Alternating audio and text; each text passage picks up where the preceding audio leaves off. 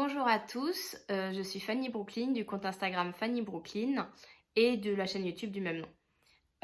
Si je viens, donc aujourd'hui la vidéo, ça sera sur mon bilan lecture de septembre 2021. Donc la plupart des lectures que j'ai fait en septembre ont été dans le cadre du Traveling Challenge. Vous savez qu'en 2021, tous les mois, j'ai des nouveaux défis dans le cadre de ce challenge lecture. C'était un peu frustrant pour être honnête en septembre parce qu'il y avait pas mal de livres de la rentrée littéraire que j'avais envie de lire et qui rentraient pas du tout dans le challenge, et du coup je les ai mis de côté en me disant je les lirai en octobre en espérant que les défis compteraient, et en fait c'est pas le cas. Donc vous verrez que autant en septembre j'ai quand même respecté les défis, les défis du challenge, autant en octobre beaucoup moins, parce que ça devenait trop frustrant de ne pas pouvoir lire ce que j'avais acheté et ce que j'avais envie de lire. Tout ça pour dire que en septembre, les défis de pays visités, c'était le Japon. Donc on pouvait lire pas mal de mangas, c'est pour ça qu'il y avait vous allez voir, il y a pas mal de mangas sur ce mois-ci. C'était lire un livre avec un homme sur la couverture et avec un L dans le nom, le prénom de l'auteur. Donc ça pouvait être n'importe où, pas forcément une initiale, mais voilà. Donc je crois que j'ai lu 22 livres, mangas, etc. Donc on va aller essayer d'aller un peu vite pour vous présenter les 22. Donc je commence déjà par les premiers qui sont en fait qui s'appelle L'école emportée, de l'auteur qui s'appelle Kazuo Umez. Donc il y a le tome 1 et le tome 2 qui est sorti mi-septembre, donc c'était parfait. Alors, c'est un manga qui est un peu particulier, je ne sais pas si c'est la marque, c'est de chez Glénat et c'est Seinen Manga.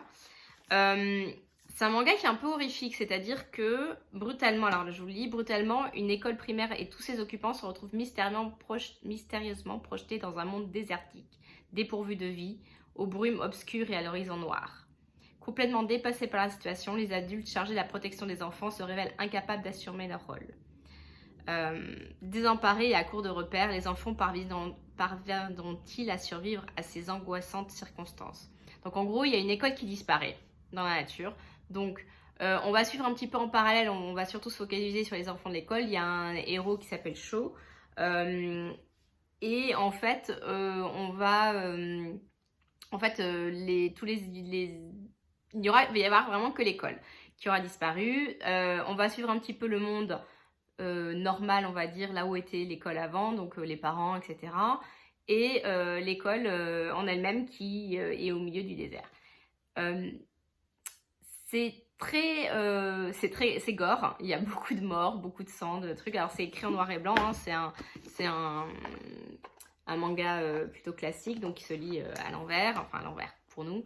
Mais c'est très violent et c'est assez amusant de voir tout le monde mourir petit à petit. Enfin, voilà, et si vous aimez ce genre de choses, moi j'ai adoré, et du coup j'ai été très surprise, et franchement je pense que j'attendrai. Là, le tome 2, on en apprend beaucoup plus, je peux rien vous dire parce que sinon c'est un peu gâcher le tome 1, mais vraiment c'est voilà, un manga gore.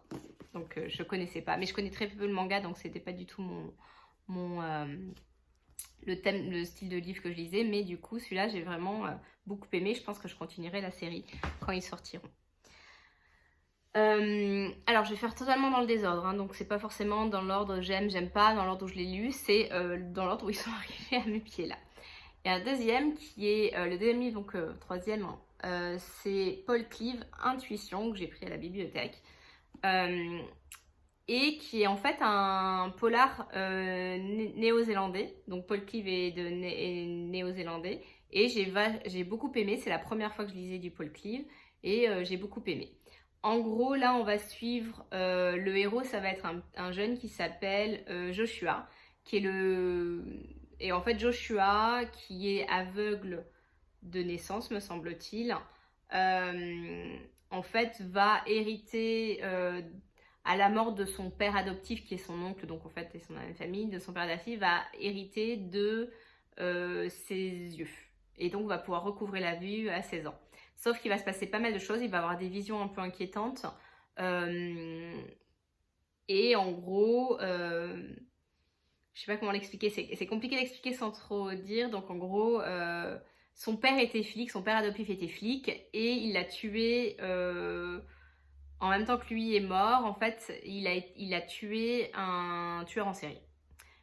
Et plusieurs des organes du tueur en série, du coup, ont été... Non, c'est pas ça, pardon. Et en gros, plusieurs des organes... en fait, depuis, en gros, bon, j'arrive même pas à expliquer. Depuis que Logan a reçu, donc depuis que Josh a reçu les yeux de son père, il voit des choses un peu particulières, il voit des choses un peu bizarres, il a des attitudes un peu bizarres. Et voilà, on va suivre ça. Je peux pas vous dire plus parce que sinon ça va un peu gâcher. Mais j'ai vraiment, vraiment beaucoup aimé. Beaucoup aimé. Non, j'ai trouvé que c'était un bon polar. Voilà, c'est pas des choses que j'avais vues. Il y a des choses qui sont un peu, on t'y attend, oui, bon, c'est attendu. Sauf qu'en fait, non, on va quand même plus loin que ça, plus loin que les choses attendues. Et du coup, ça, j'ai trouvé ça plutôt honorable. Et je pense que j'en lirai d'autres du même auteur. Donc désolé, hein, là, cata pour expliquer le livre. Je me dis aussi, ça fait longtemps, là on est déjà le 16, je pense, 16 voire 17 octobre. Donc du coup, je suis un peu en retard pour faire ma chronique et certains qui sont plus aussi présents dans mon esprit. Alors, je vous présente un de mes coups de cœur du mois de septembre qui est Quartier lointain de Jiro Taniguchi. Alors, c'était un livre que j'avais lu il y a quelques années parce que je sais que mon père l'a. Et je suis tombée dessus à la librairie. Et du coup, j'ai craqué, je l'ai acheté. Je me rappelais pas vraiment ce que j'en avais pensé. Et là, j'ai trouvé extrêmement, extrêmement poétique. On va suivre un... Je sais plus comment s'appelle le héros, mais on va suivre en fait un héros qui est adulte, mais qui va être renvoyé dans son adolescence. En fait, il va repartir, je me rappelle même plus. Je crois que c'est sa maman qui décède ou quelque chose comme ça, et donc il repart dans son... Voilà, sa maman est décédée et il repart pour aller dans son quartier d'enfance, pour aller rendre visite à sa mère, etc. Et finalement, il va être catapulté dans son adolescence lorsque ses parents étaient toujours mariés, que sa mère était vivante, enfin, etc., etc. C'est un merveille de finesse, c'était très émouvant et vraiment, ouais, moi j'ai trouvé ça mais extrêmement touchant, émouvant, tout dans les non-dits un peu et dans les... Enfin, vraiment poétique. Et pour ceux qui me connaissent, poétique en général, c'est pas quelque chose que j'apprécie parce que j'aime bien quand c'est assez... bah voilà, comme l'école emportée où voilà, c'est un peu plus gore. Et là, c'était vraiment magnifiquement décrit et j'ai trouvé ça voilà, magnifique, vraiment magnifique. À tel point que quand j'ai mis que j'avais adoré, une de mes copines, Nadia, m'a dit « Ah ben nous, on a encore préféré dans sa famille, ils avaient du même auteur, Le journal de mon père, qui est sur un thème un peu similaire, et du coup sur le souvenir de l'enfance, la compréhension des parents, de comment ça se passe, etc. D'ailleurs, je me demande si j'ai pas un peu mélangé les histoires des deux parce que c'est assez proche. Et là, j'en ai pleuré. J'ai pleuré pendant que je lisais le journal de mon père. Enfin, où j'ai lu les larmes aux yeux. Je n'ai pas pleuré non plus à grandes larmes, mais vraiment, c'était encore plus magnifique. Et je pense que j'ai préféré encore plus le journal de mon père de Jiro Taniguchi. Très poétique. Je pense que si vous êtes sensible à ce genre de poésie, voilà, allez-y. J'en ai acheté un autre hier en tombant dessus, je sais plus lequel, donc je le lirai aussi certainement très vite. Mais vraiment, j'ai été bouleversée par la poésie qui s'en dégage. Et voilà.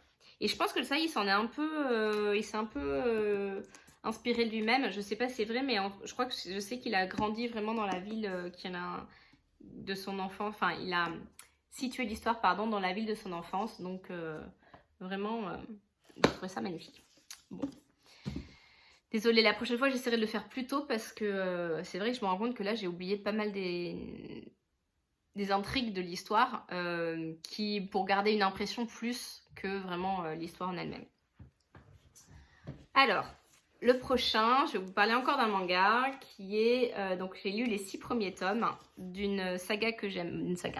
d'un manga que j'aime beaucoup qui s'appelle Les Gouttes de Dieu, qui porte en fait sur tout ce qui est le vin, l'œnologie. Et donc ça, c'est Les Gouttes de Dieu de Tadashi Agi et Shu Okimoto, qui est toujours chez Glénat.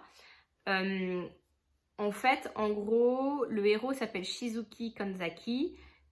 C'est le fils d'un œnologue reconnu, réputé, qui est mondialement, voilà, c'est vraiment un très grand œnologue connu partout. Mais lui, il n'a aucun goût pour le vin. Il est un peu fâché d'ailleurs avec son père. Et son père, en fait, vient à décéder, donc c'est tout au début de la saga. Il décède. Et il s'est dit, tiens, je vais hériter tranquillement, parce que c'est un œnologue très reconnu, très riche, très... voilà. Mais en fait, il découvre qu'il a un frère adoptif qui est adopté une semaine avant la mort quasiment de son père. Et je lis derrière en même temps pour m'aider. Hein, et que le testament le met tous les deux au défi. Et donc son frère adoptif, on va dire, qu'il ne connaît pas, il est adulte, hein, Shizuki, est un œnologue, le petit prince du vin ou un truc comme ça, un œnologue déjà très reconnu, réputé. Et en gros, son père, dans son testament, lui dit celui qui va hériter de toute ma fortune, de tout mon vin, du château de tout, là, ça va être celui qui va réussir à découvrir les 12 grands crus,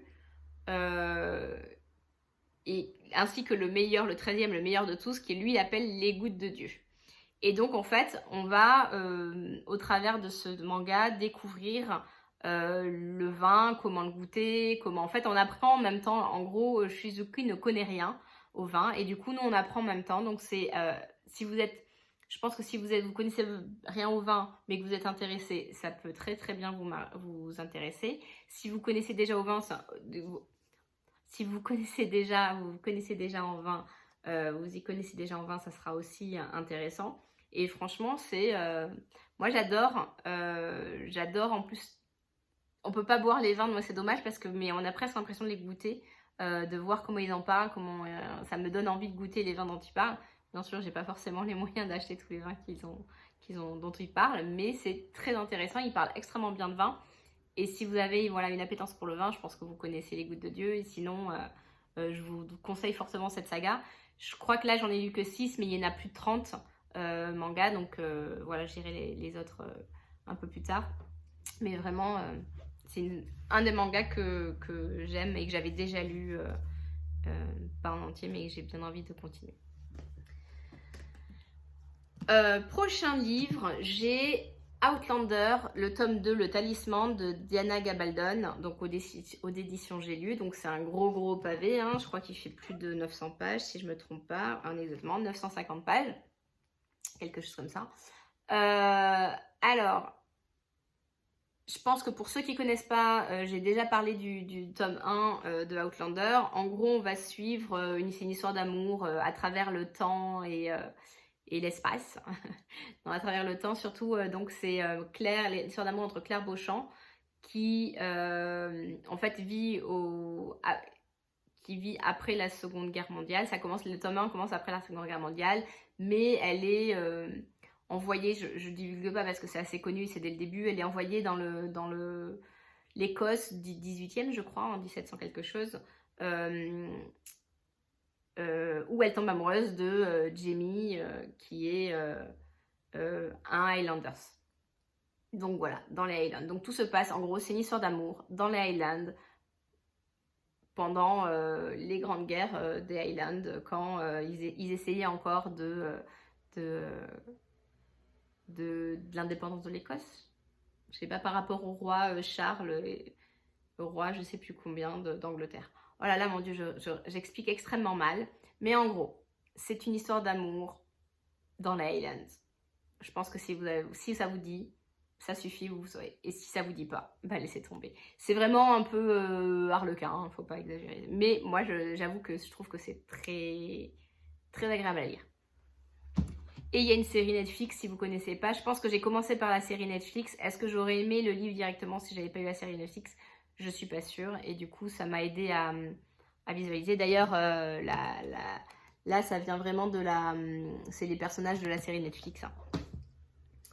Ensuite, j'ai Queenie, la marraine de Harlem, qui est une BD, donc un roman graphique de Elisabeth Colomba et Aurélie Lévy sur Stéphanie Sinclair. Je recule un peu. Stéphanie Sinclair, qui était une chef de gang, pas de gang, une chef de la mafia, un gangster de la mafia des années de la Prohibition, puisque c'est en 1933 on commence. Et en gros, Queenie, donc Stéphanie Sinclair, est née dans la misère à la Martinique, et maintenant elle est à la tête de la loterie clandestine de Harlem. Donc elle a bâti vraiment un empire criminel pendant cet entre-deux-guerres, et voilà. C'est très bien fait, c'est une BD, alors j'ai adoré le dessin de Elisabeth Colomba, j'ai eu la chance de rencontrer Aurélie Lévy, qui m'a dédicacé le livre lors de la rentrée littéraire au Cap Ferré, et c'est vraiment extrêmement intéressant sur un pan de l'histoire que moi je connais assez mal, qui est la Prohibition et cet entre-deux-guerres en Harlem. Et c'est comment une femme noire dans ces années-là a réussi à vraiment bâtir un empire, et voilà. C'est hyper intéressant. Après, c'est aussi décousu. C'est pas une histoire. C'est une histoire qui se fait sur plusieurs décennies, je pense, il me semble. Et du coup, c'est plus des petites histoires, pas des petites histoires, mais des pans de vie juxtaposés. Et voilà. Et le dessin et l'objet livre est magnifique. Je pense que là, cette couverture et cet objet est vraiment magnifique. Donc, si vous êtes un fan de ce genre de choses, voilà, ne passez pas à côté de Queenie. Alors, le prochain, c'est L'Ordre du jour d'Éric Villard, qui a eu le prix Goncourt en 2017, me semble-t-il, voilà. Clairement, là, je l'ai lu parce qu'il rentrait très bien, qu'il est très court, qu'il rentrait très bien dans le challenge, mais je serais totalement passée à côté s'il n'était pas dans le challenge. Et c'est pour ça que j'aime autant des fois suivre les défis, parce que au final j'ai beaucoup aimé ce livre, alors que j'y suis allée un peu en me disant ça me tentait pas plus que ça, je vois ça me tente pas plus que ça de lire ce livre. Je crois que sur la couverture on voit c'est Gustav Krupp von Bohlen und Albach, qui est donc un industriel allemand de l'entre-deux-guerres. Alors, de quoi ça parle ? 20 février 1933, une fin d'après-midi à Berlin, dans les confortables salons du palais du président du Reichstag. Une réunion secrète entre les plus grands industriels allemands, donc d'où la couverture, et les hauts dignitaires nazis doit sceller le financement de la prochaine campagne électorale. Il y a là le nirvana de l'industrie de la finance, Krupp, Opel, Siemens, Telefunken, etc., etc. Au fil d'un récit intense et sidérant, l'écriture d'Éric Villard rend à l'engrenage des faits leur dérisoire et pathétique charge émotionnelle, la fragilité de l'instant. Blablabla. En gros, voilà, dit comme ça, moi, bon, je l'aurais pas lu, j'avoue. Et en fait, j'ai adoré. Cette scène, elle est glaçante. Et en fait, alors, c'est pas une histoire construite. C'est-à-dire que c'est pas une histoire où il y a un fil logique c'est dans le temps, mais on fait vraiment des sauts, on passe de personnage en personnage. C'est pas le même narrateur, si je me semble bien. Enfin, ça change tout le temps. Et en fait, j'ai eu la même pression.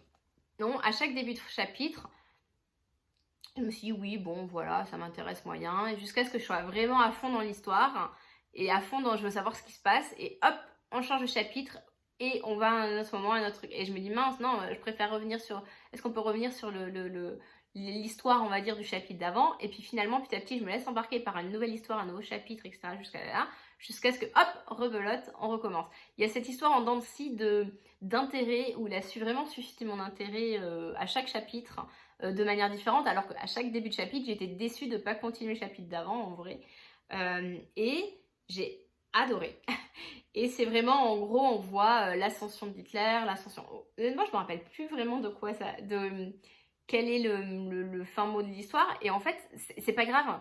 C'est la lecture, pour moi, la lecture a été suffisante en soi. C'est-à-dire que j'ai adoré lire ce bouquin, même si au final, je me rappelle plus très bien, à part cette scène d'introduction où justement, ils essayent de financer la campagne électorale d'Hitler. mais c'était extrêmement intéressant. Et c'est toujours sur des thèmes très différents. Et là, par exemple, il y avait le déjeuner d'adieu à Downing Street. Donc, on sait qu'on va être à Londres. Ça va être une journée au téléphone. Donc, c'est des titres, en fait. Et là, c'est en France, etc. Mais c'est vraiment extrêmement... Enfin, moi, j'ai adoré. Mais je sais même pas vous expliquer pourquoi. J'ai adoré. J'ai adoré le style de livre. J'ai adoré. Et pas tant... Et pour une fois, l'histoire qui était dans la grande histoire est très intéressante. Mais l'histoire en elle-même n'a rien de super intéressant. C'est pas genre un meurtre, il faut trouver qui est le coupable. Mais on sait déjà tous comment ça va finir. Mais cette montée en pression, cette montée, ces nouveaux chapitres à chaque fois, j'ai adoré la forme du livre, ce qui est rare pour moi. Voilà. Désolée, je suis vraiment... Aujourd'hui, je vais arrêter de m'excuser, mais je suis pas hyper en forme pour raconter, je trouve. Territoire de Olivier Norek chez Pocket. C'est le deuxième de la trilogie, après Code 93, de la trilogie du Capitaine Coste. J'avais adoré Code 93 que j'avais lu il y a quelques années. J'étais moins emballée par Territoire. Je sais pas si c'est parce que justement je connais bien, maintenant j'ai lu pas mal d'autres livres de Norek, notamment ces deux derniers, Impact et Surface. J'ai lu Entre deux mondes, etc. Et je trouve qu'au final, en revenant sur ces premiers, alors que je sais qu'il y en a l'inverse où ils sont très fans de la première trilogie 493, beaucoup moins de ce qu'il fait maintenant. Moi, j'avoue que j'avais adoré Code 93, beaucoup moins ça. Je trouve que c'est plus classique comme polar maintenant, au vu de ce qu'a fait Olivier Norek après, donc j'ai eu un peu plus de mal à rentrer dedans. On est du coup à Malsénie dans le 93, où on est habitué au règlement de compte, mais un nouveau prédateur est arrivé en ville et en quelques jours, les 3 plus gros caïds du territoire sont exécutés. Le capitaine Coste et son équipe vont devoir agir vite, car leur nouvel ennemi s'implante dans un virus dans cette ville laissée à l'abandon qui n'attend qu'un gramme de poudre pour exploser. Alors, je pense que c'est hyper réaliste, je pense que c'est hyper bien fait, je pense qu'on voit bien plein de choses. Il y a la politique qui est très importante dans, en gros, comment la mairie d'une ville peut changer la politique, peut avoir un impact. Il y a comment, avec les facilités, les banlieues peuvent s'embraser, une petite ville de banlieue peut s'embraser, pardon. Il y a à quel point c'est extrêmement réaliste dans sa façon de faire. Donc c'est en ça que c'est très plaisant et que oui, voilà, c'est un très bon polar. Maintenant, moi, ça m'a pas touchée. Je trouve qu'il manquait maintenant ce que peut donner Olivier Norek et la dimension un peu au-dessus et un peu plus grande qu'il peut donner à ces polars actuels. Je sais pas, par exemple, L'Entre deux mondes, où il y avait vraiment une dénonciation de ce qu'était la jungle à Calais. Voilà, c'était ces polars. Maintenant, ils sont utiles pour envoyer un message plus grand. C'est pas le cas là, c'est un polar très classique mais qui est bien. Après, j'ai moins été aussi, je pense que le sujet pour moi était moins, voilà, des règlements de compte entre mafieux. Ça m'intéresse moins, j'avoue, ça m'intéresse moins. Je pense que c'est un peu ce que j'avais ressenti aussi avec Cap Canaille. Quelque chose de réaliste mais qui pour moi m'intéresse moins. Je pense que j'ai le troisième de cette trilogie, je pense que je le lirai, mais c'est vrai que ça m'a mis je pensais l'enchaîner et là je me suis dit bof, j'ai pas forcément envie de lire ça. Donc voilà, peut-être pendant Black November. Ça reste un très bon polar, hein, mais classique. Alors, autre polar, Atmoré, Alabama de Alexandre Civico. Alors celui-là j'avais hâte de le lire, là c'est aux éditions Babel Noir, mais poche, hein, c'est les petits modèles. Très court, polar, j'avais hâte de lire parce que j'avais entendu tellement de bien sur la chaîne de Séverine Il est bien ce livre que j'étais curieuse de le découvrir. J'ai pas du tout aimé, j'ai pas du tout compris, enfin j'ai compris, mais je trouve que justement le fait que l'auteur veuille nous en dévoiler le moins possible pour qu'on se pose les questions, qu'on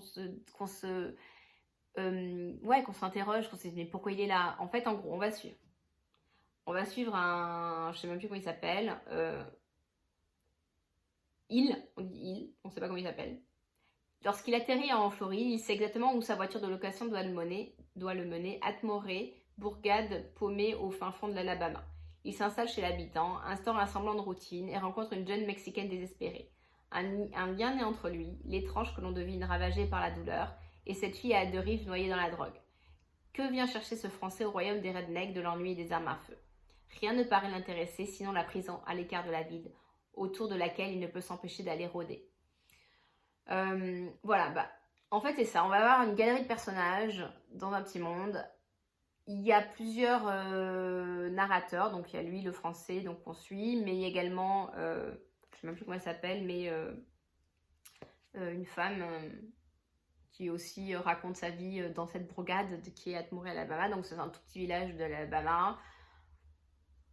En fait, je pense qu'à vouloir trop ménager le suspense, etc., et ben en fait, il m'a pas pris, il m'a pas embarqué. Je suis restée imperméable. Je veux dire qu'au bout d'un moment, j'avais rien à foutre de rien à faire de ce qu'il allait lui arriver, rien à faire de l'histoire. J'ai vraiment failli abandonner avant la fin. Et pourtant, il fait que 140 pages, donc je me suis dit bon, allez, fini le 140 pages.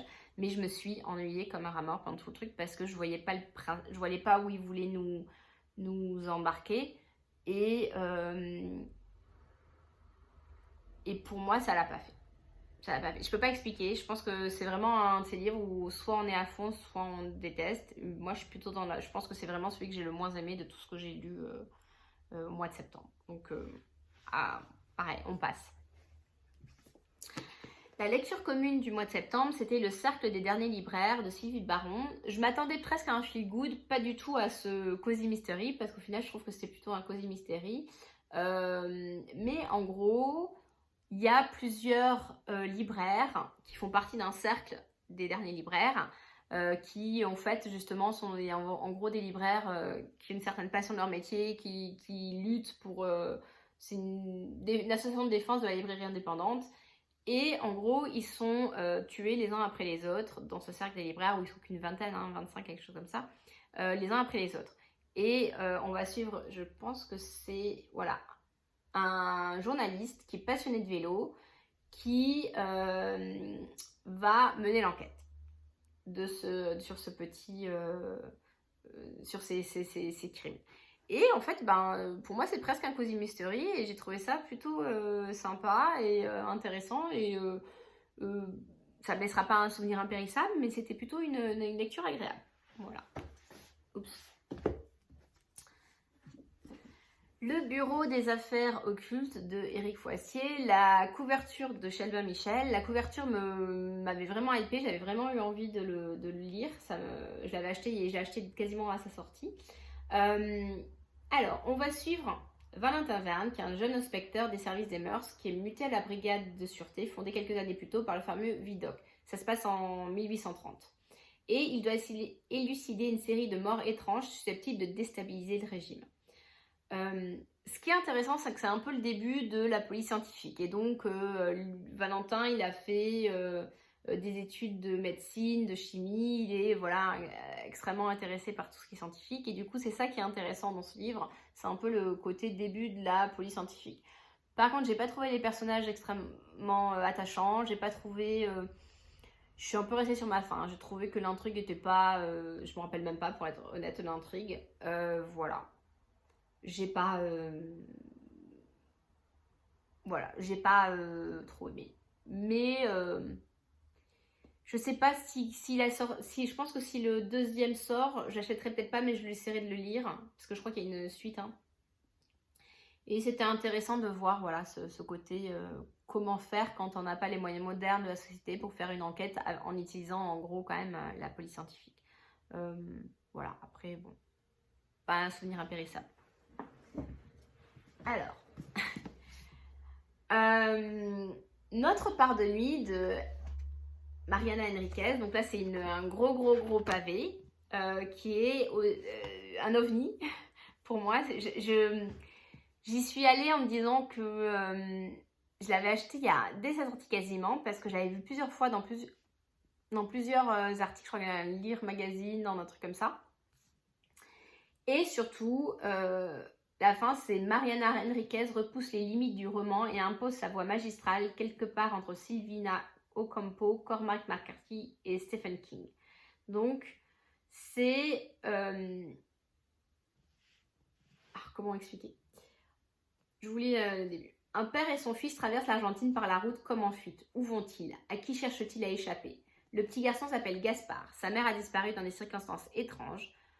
Comme son père, Gaspard a hérité d'un terrible don. Il est destiné à devenir médium pour le compte d'une mystérieuse société secrète qui entre en contact avec les ténèbres pour percer les mystères de la vie éternelle. Alors, ça se passe sur plusieurs décennies. Il y a vraiment, on voit qu'il y a plusieurs,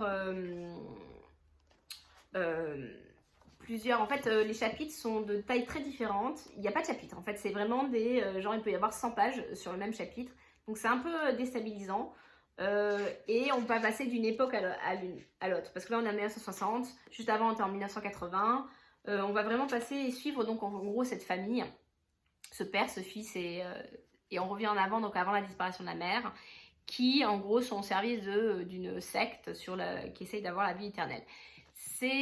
Alors, je connais pas assez l'histoire de l'Argentine, mais je sais qu'il y a beaucoup de références justement à la dictature en Argentine, parce qu'il y a un moment, c'est à la fin du régime, etc.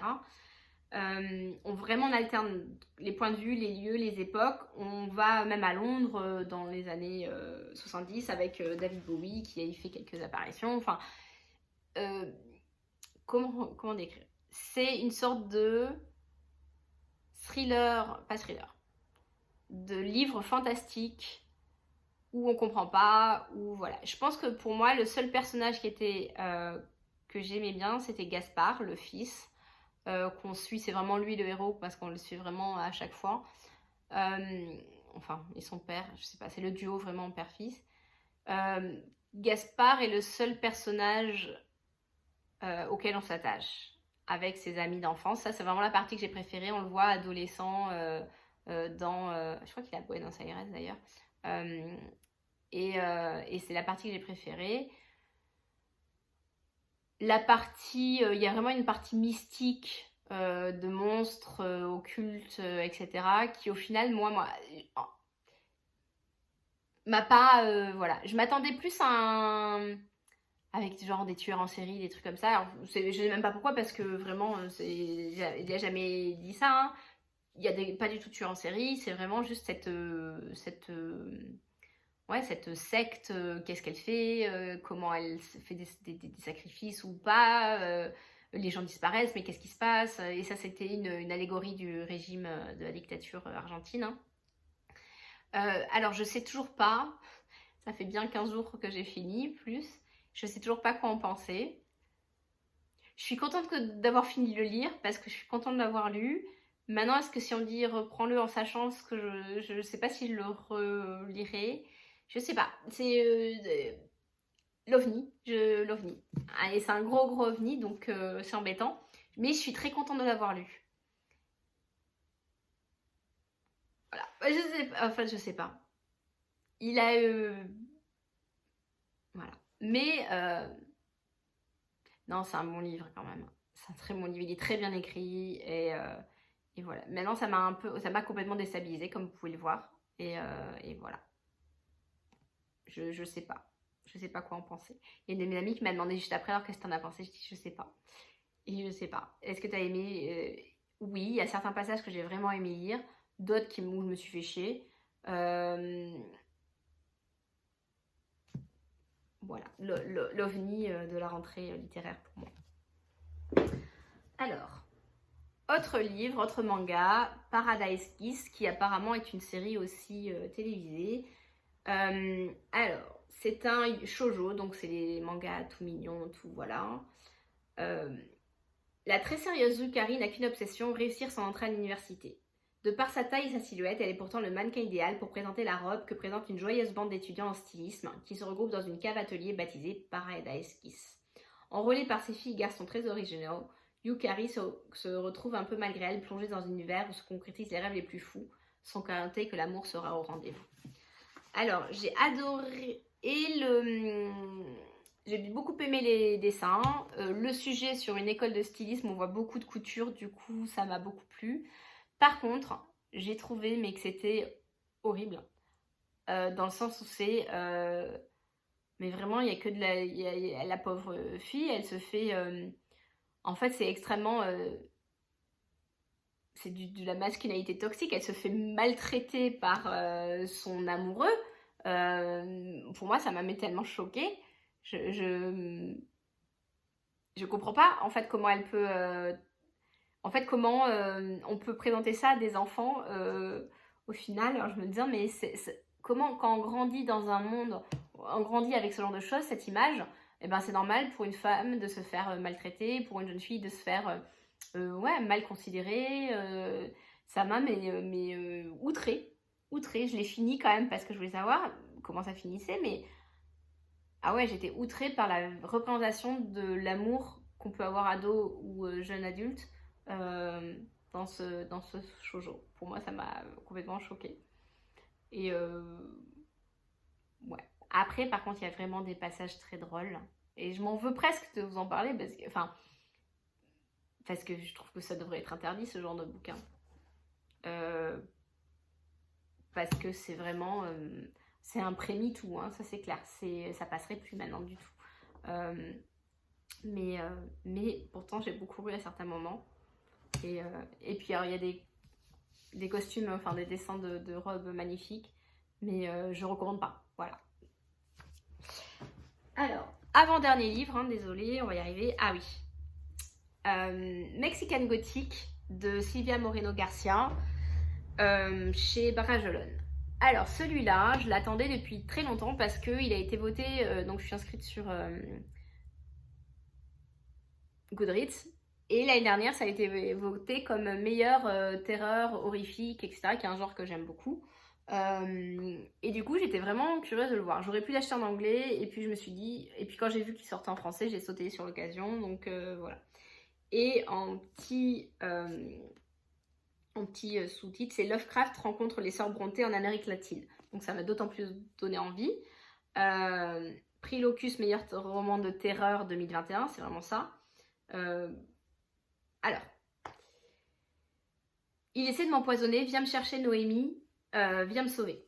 Alors, il se passe quelque chose à High Place, le manoir ancien où la cousine de Noémie Taboada réside depuis son récent mariage. Sa lettre parle d'empoisonnement, de visions, d'entités qui la tourmentent. Avec ses robes 50s et son... Ah oui, ça se passe dans les années 50-60 au Mexique.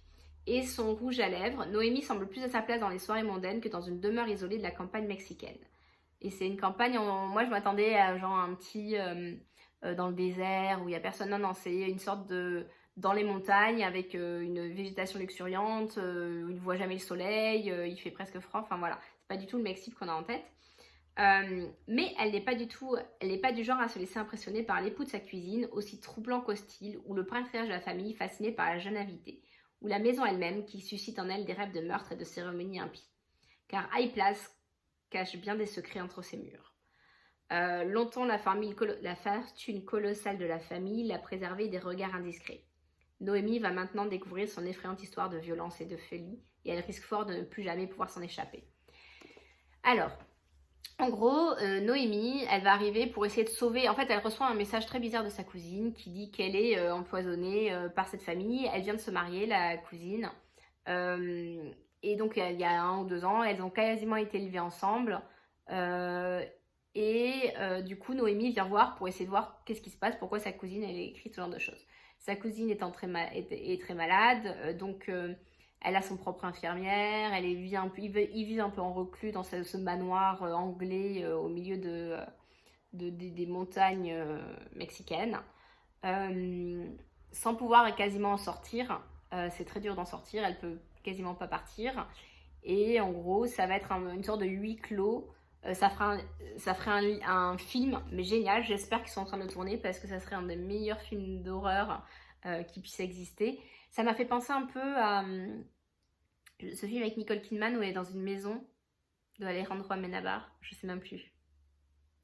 Mais c'est un peu ça dans cette atmosphère glauque, cette maison qui semble vivante et malfaisante, cette famille avec ce patriarche qui est horrible. C'est une ambiance, j'ai beaucoup aimé, j'ai adoré, je l'ai lu dans l'après-midi. Ouais, c'est vraiment glauque. Voilà, moi c'est très bon film, très bon livre d'horreur, terreur, beaucoup aimé, beaucoup aimé. Ouais, après il faut aimer ce genre-là. Et le dernier, je l'ai pas parce que parce que je l'ai prêté. Je l'ai prêté, c'est le Chant d'Achille de Madeline Miller et que j'ai lu en poche. J'avais déjà parlé de Circé de la même auteure, Madeline Miller.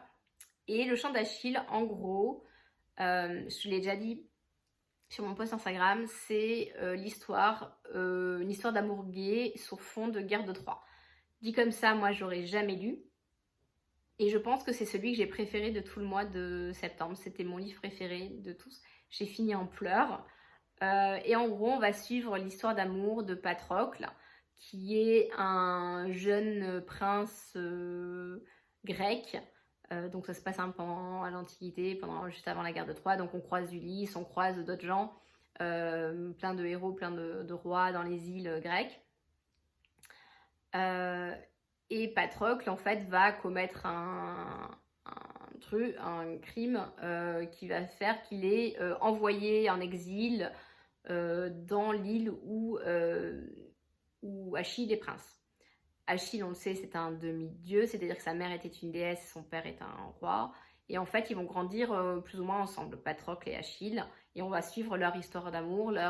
C'est vraiment, on commence à la naissance de Patrocle et on les rencontre, ils sont jeunes ados, même pas jeunes ados, ils doivent avoir 10-11 ans par là. Et on va les suivre jusqu'à la guerre de Troie. C'était magnifiquement poétique, magnifiquement émouvant, mais tout en étant poétique sans s'ennuyer. C'est-à-dire que je me suis pas ennuyée une minute dans ce livre qui est quand même pourtant assez long, plus de 400 pages par là.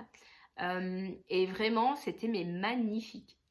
Je suis encore bouche bée de à quel point j'ai aimé ce livre et que j'ai trouvé ça beau, alors qu'il n'y avait rien sur le papier, rien pour me plaire. Hein, magnifique, magnifique. J'ai été vraiment très touchée. Je sais pas si c'est parce que c'était le bon moment. Vous voyez, j'ai lu pas mal de polars, de trucs un peu horribles. C'était ouais, magnifique, vraiment magnifique. Bon, je pense que ça fait déjà 40 minutes. Ça va suffire pour mes lectures de septembre 2021. J'essaierai de faire la prochaine vidéo pour le mois d'octobre plus rapide parce que je vois que j'ai quand même pas mal oublié certaines des histoires. C'est le fait de lire pas mal aussi, ça fait qu'on oublie plus facilement, je trouve. Mais voilà, j'espère quand même que je vous aurai donné quelques idées de lecture. Désolée pour certains moments où j'ai bafouillé, j'ai mal expliqué les histoires, mais j'espère que ça vous plaira quand même. Et on se retrouve très vite. Au revoir.